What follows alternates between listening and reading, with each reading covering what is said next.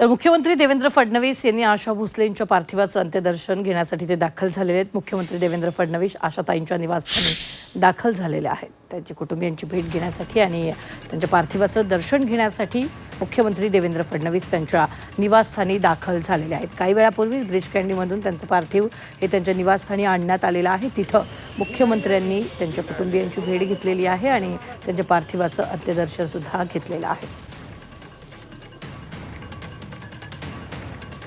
तर थोड्या वेळापूर्वीच त्यांनी प्रतिक्रिया सुद्धा दिलेली होती, पाहूया। प्रसंग आहे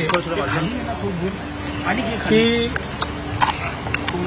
मंगेशकर कुटुंबियातील दुसरा तारा आशा भोसलेताई यांचं दुःखद निधन झालेलं आहे।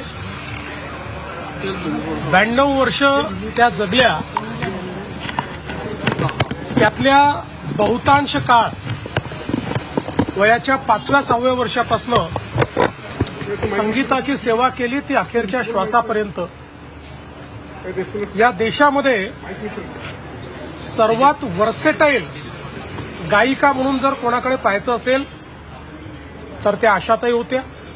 मी त्यांना विनम्र श्रद्धांजली अर्पण करतो। त्यांच्या कुटुंबाच्या दुःखामध्ये आपण सर्व सामील आहोत।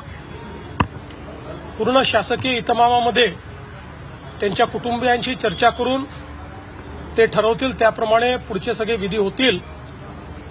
पण मला असं वाटतं की आज संगीताकरता आजचा दिवस हा अत्यंत दुःखद आहे।